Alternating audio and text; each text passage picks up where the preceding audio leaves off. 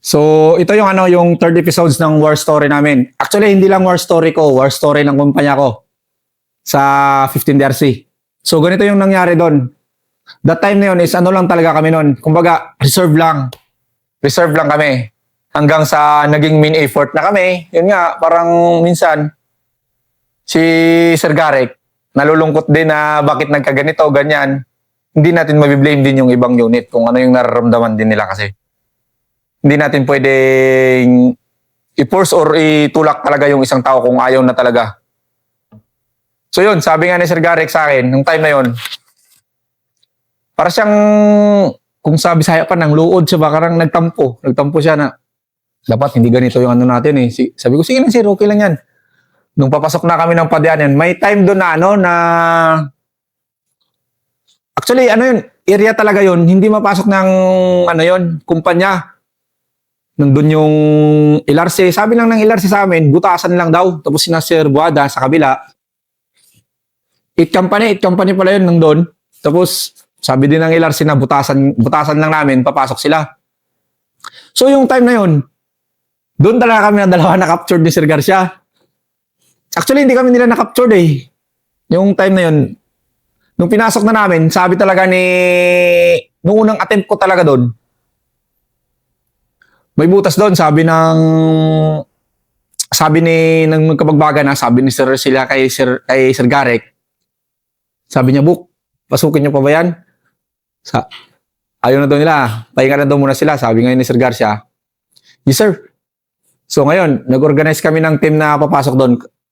Magkakapasok kami, lahat ng inorganize niya na suicide team. Nung pagpasok na namin doon, pumasok na kami doon. Hindi ko pala akalain na yung kalaban pala is nakapaksil siya. May butas sa dalawa, tapos yung taas, may nag-i-snipe din doon. So yung ginawa ko naman, pagtapon ko ng granada, sabay ako nag-automatic ng baril hanggang sa nakadikit ako doon sa kabilang pader. Sumunod na yung mga katim ko ngayon, pati si Sir Garek. So, yun nga. Natamaan yung guide ko doon. Tapos, nandun ako nakadikit sa kalaban. Hindi nga alam ng kalaban na nakadikit ako sa kanila kasi nga, pagtapon ko ng granada, sabay ko automatic yung baril ko. Tapos, tumalon ako doon sa kabila. So, naiwan dito si Sir Garek, lahat ng team ko. Dumikit ngayon yung guide ko. So, natamaan yung guide ko ngayon. Sinasabi niya sa akin, Sir Sak, sabi niya, may tama ako. Sabi ko, Joe, huwag ka lang maingay. Sabi ko, huwag ka lang maingay. Atras kayo doon, dandahan. Umatras siya dandahan ngayon. Ako ngayon na nakapasok doon nakadikit sa kalaban, pinatras ko na yung team ko kasi sabi ko, hindi talaga kaya ito pasukin. Atras na kayo, sabi ko, si Sir Garek naman, matigas talaga yung ulo niya, pumunta na naman doon sa akin. Sabi niya, Bads, paano ka dyan? Sabi ko, Sir, hindi nga ako makalabas dyan kasi nandyan ka nakaharang, umatas ka na doon. Ayaw niya man talaga ako iwanan. Nung binagbagan na kami ng kalaban ngayon, nakita ko natamaan siya dito. Pero malakas siguro siya kay bro. Parang yung nakita ko sa kanya, malit lang na sugat. Kaya sabi ko sa kanya, sabi ko, umatras ka na nga dyan. Sabi ko, hindi ako makalabas dyan. Nandyan ka man. Kaya parang hindi naman sa pinapagalitan ko yung CEO ko. Yun talaga yung pamamaraan ko para mabuhay din siya. So yun, nung umatras siya, grabing talon-talon ko doon para makalabas lang ako sa butas. Nakalabas din ako doon. So yun nga, luckily, wala namang nangyari sa akin. Pero, nung time na yun, nabangga pala yung tuhod ko doon sa sa pader. Kaya, akala ko, may tama ako. Sabi ni Sir Celia, Buk, sabi niya kay CEO, kay Sir Garek, kamusta sabi ko na sa inyo na ganyan? Wala, ayaw talaga ako matras ni Sir Garek eh. Abanti lang talaga. Sira yung atras niya eh. Kaya yun yung time na yun, sabi ko, Sir, parang may ako Pagtingin ko, wala naman pala. Nabangga lang pala to, sabi ko. Tuloy-tuloy na naman kami doon. So, tuloy-tuloy na kami doon. Nung napasok na namin yun, pinatira na namin sa F50 yun. So, pagputok doon, yung target na yun, yung kalaban, sumatras na naman. May isang building na naman doon na papasukin. Isang building. Yung building na yon is target yun ng kumpanya ng 80SRC.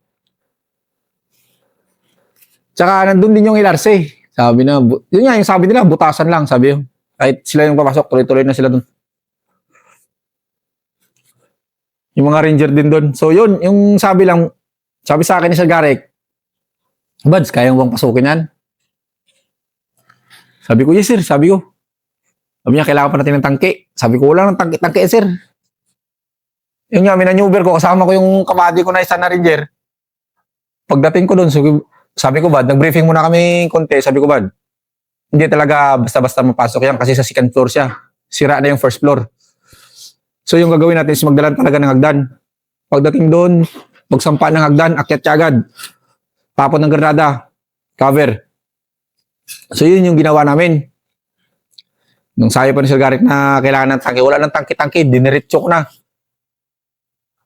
Diniretso ko na yun, yung time na yun. Pagtakbo na namin, pag maneuver doon, umakit ako agad.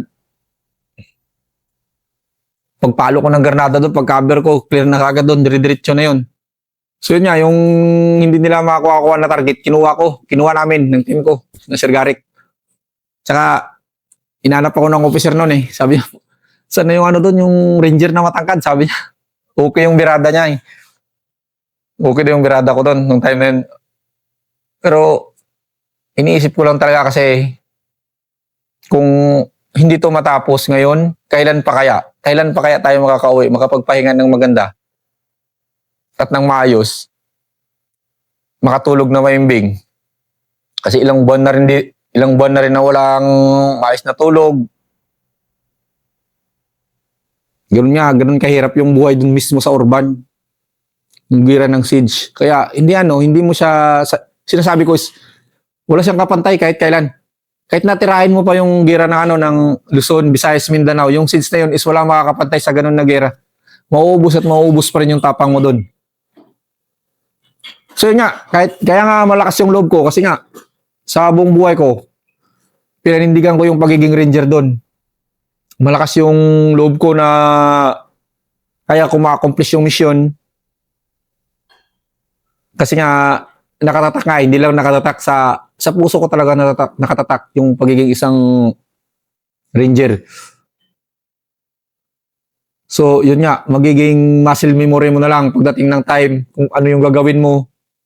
Kusa ka na lang gagalaw, kusa na lang mag-iisip yung katawan mo. So, dapat kasi absorb mo lang talaga kung ano yung klema doon. Actually, na-absorb ko na yun. Na-absorb na namin, hindi lang ako ng buong kumpanya ko kung ano yung klema ng gera na yun. Hanggang sa araw-araw may nangyayari. May natutunan kami. Ako mismo may natutunan.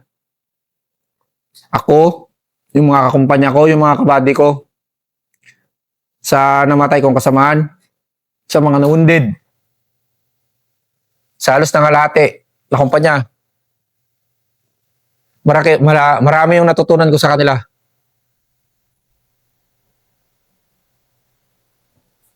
So natapos namin yung target na yon hanggang sa tuloy-tuloy na kami doon. Hanggang sa, yung time na kasi na yun, yung pinasok namin, nasa baba namin yung dalawang target na na sina Hapilon, tsaka sina Omar.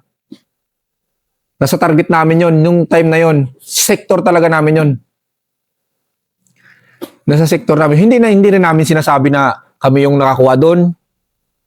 Hindi ko rin sinasabi kung sino talaga yung nakakuha doon, kung ano yung nakatama sa kanya.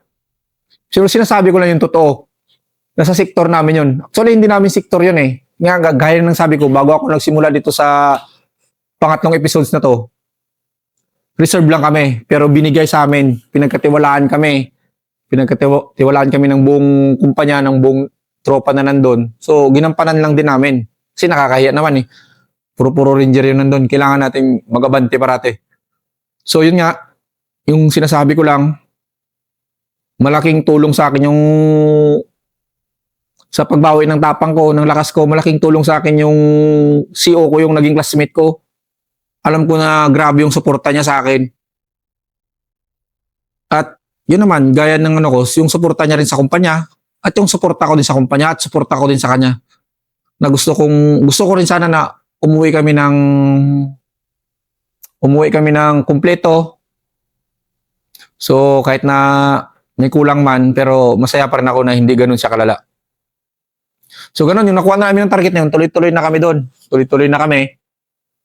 Hanggang sa may isang target na naman kami nakukunin. Kasunod na nun, kasunod ng target na yon, sunod-sunod na yun, hanggang papuntang 10-10 na target. May isang target kami nakukunin doon. Yun nga, na-clear. Pagpasok na naman namin ng mga kabady ko, kasama na yung second SRC yun. Before kami dumating doon sa 10-10, yung pagpasok namin sa building na yon, yung building na yun is na-clear namin. Yung pala, yung building na yon, isa likod nun is may butas siya, may butas. Tapos yung butas na yon, doon pala lahat, yung butas na yun, galing yun sa 10-10, doon pala lumalabas lahat ng kalaban. So nung pinasok ko na yun, pinasok ko, kasama yung mga kabady ko, dalawang ano siya, dalawang kwarto siya, paderla yung pagitan. Nagati-ati kami ngayon. Pero sabay-sabay kami na gano'n, dire-diretso doon. So dire-diretso na yung ano namin. Yun nga, yung sabi nga ni Sir Yungki, before namin pinasok yun, sabi niya kay Sir Garek, ikaw na lang talaga yung pinagkakatiwalaan ko. Kaya nyo ba? Ngayon, tinanong din ako ni Sir Garek, Buds, kaya ba? Kaya na yun, sir. Huwag natin ibigay sa iba. Kasi ganun pa rin, sir, eh. Tatapusin pa rin natin yung gera na to. Kaya, yung time na yung pinasok na namin, tuloy-tuloy na kami doon pumasok. Hanggang sa na-clear namin yung kwarto na yon. Actually, sinabihan ko yung second SRC yun. May classmate ako doon. Hinatin na namin yung building na yun. O, sa inyo na yan, Mateo, secure nyo na. Kasi, next target natin is yung final assault na. Which is yung building 10-10 na yun. So yun, nagati-ati na kami. Tapos sinabihan ko sila na, Mate, may butas dyan ha. Huwag kayong magkumpiyansa dyan. Sabi naman ng classmate ko, sige Mate, salamat. Sabi niya, matras na kami doon. Balik na kami doon sa kabilang kwarto. Maya-maya lang, mga siguro, hindi siya abot ng mga 10 minutes or 15 minutes. Yung butas na sinasabi ko sa kanya, sabi kong huwag niyang talikuran yun, tumalikod pala siya. Tapos pagtalikod niya, pinasok yung barrel ng 60 doon. Binagbag sa kanila doon. Parang may wounded din sa kanila, 4. Pero yung tama lahat, isa pa lang. Maswerte naman sila. Pero gaya nga ng sabi ko siya, sinabihan ko na siya na huwag mong tutalikuran yung butas na yan. Kasi nga kami yung nag-clear yun eh. Nag-clear doon, tapos pinoccupy lang sa kanila. Kasi kinabukasan, papasukin na namin yung 10-10. So yung butas na yun, tinalikuran niya, yun nga, 4 yung wounded sa kanila. Nagkarating-rating na sila doon sa kabila. Kaya sabi ni Sir Garek, ano yun, Buds?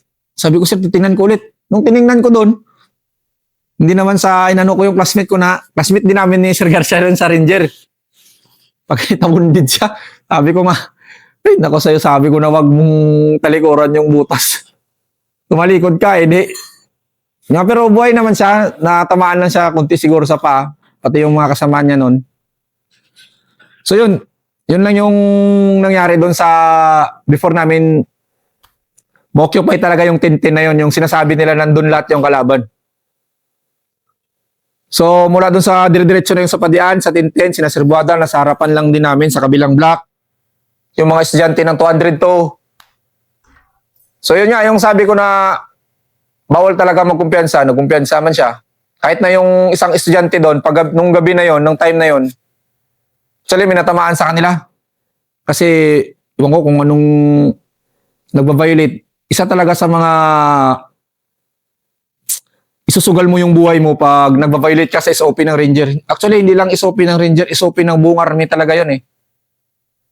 Ini-emphasize lang talaga namin yung kung ano yung talaga yung makukuha mo doon sa SOP na yun. Hindi naman lahat kaya mong sundin yun eh. So yun, so kinabukasan nun, papasukin na yung 10-10 na yun. Kaya yun nga, nung doon na kami sa 10-10, kasama sina Sir Buada, Sir Garek, doon na kami. Nung nagkabulagaan na yun, nung pagpasok na namin doon, so nagkabulagaan na. Ganun na yung nangyari doon sa 10-10. Masaya naman yung nangyari doon. Ano pa ba yung... Yun nga, binadian ko lang talaga si Sir Buada talaga doon. Hanggang sa natapos namin yun, nagkabulagaan na doon. Wala namang naundi doon. Sinasabi ko talaga na maswerte pa rin yung yung kumpanya namin or yung ibang kumpanya kasi nga wala masyadong na-disgrasya doon sa building na 10 na yun. Kahit na nandun lahat yun ng kalaban, nandun ako sa harapan, yung CEO ko nasa likod ko, yung nakaalalay sa akin. Habang yung nagkabagbaga na, buti kilala ko ng platoon sergeant ng 2nd SRC talaga. Actually, kilala man nila talaga ako. Nung pukpukan na doon, wala talaga akong ibang matalunan. Doon lang talaga sa 2nd SRC.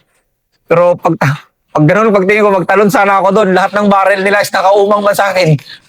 Kaya sabi ng platoon sergeant, huwag kayong magputok. Si Sergeant Takarya yan. Kaya napapasalamat din ako kay Master. Andun sa kayo sa SRS, nakita din kami nung na-assign ako doon. So yun yung masayang nangyari doon sa building 1010. Ganun lang naman, tsaka yun naman. Med, ano naman yung gaano ka ka-proud na naging lead scout ka ng 15 DRC kasi wala na ngayon ng 15 DRC, di ba? Yes po, sir. Pero yung kwento nyo kasi sineselebrate mo yung pagkabody nyo ng yung dakilang CEO na no nerves ba? Yes, sir. Ano yung kaligayahan mo na nagsilbi ka sa bayan nung panahon na yon? Actually, yung pagiging lead scout ko noon sa kumpanya, grabe yung tuwa ko. Kasi yung tiwala ng kumpanya mo, ng CEO mo, hindi lang si CEO yung mga officers, yung tiwala nila sa akin na bilang isang lead scout, grabe, napakasaya. Kahit nasabi ko na critical yung pinapasok namin, hindi ko iniisip na ganun. Yung iniisip ko lang is yung kapakanan namin kung paano namin ma-accomplish yung mission na walang casualty, makakauwi kami ng buhay na kumpleto. Actually, basta masaya yung pakiramdam ko na yung tiwala ng bilang isang lead scout na panindigan ko. Hanggang sa na-dissolve kami, senior na ako pero kahit kailan yung posisyon na yan, hindi ko pinagpalit yan. Hindi ko inangad na maging team leader. Gustong-gusto ko talaga maging lead scout sa kumpanya namin na yun. At yan, ang 3rd episode ni Sergeant Ahmed Sakaria, ang first awardee ng Scout Ranger Alumni Association ng Black Panther Award. And kudos sa kanyang CEO, si Major Gerson Garcia. Bading-body niya. O, batiin mo naman yung mga buddy mo at mga company mate mo kasi ano naman na kayo, naikalat na kayo, di ba? Shoutout sa inyo, mga kakumpanya ko sa dating mga 15 DRCs. Alam ko, hindi na tayo magkaka-unit ngayon. Iba-iba na tayo ng unit. Pero itatak nyo parati yung kumpanya natin. Tsaka mag-ingat kayo parati, lalong-lalo na kay Sir Garrick. Sir, mag-ingat ka. Tsaka magbago ka na rin. Alam kong nagbago ka na. Salamat.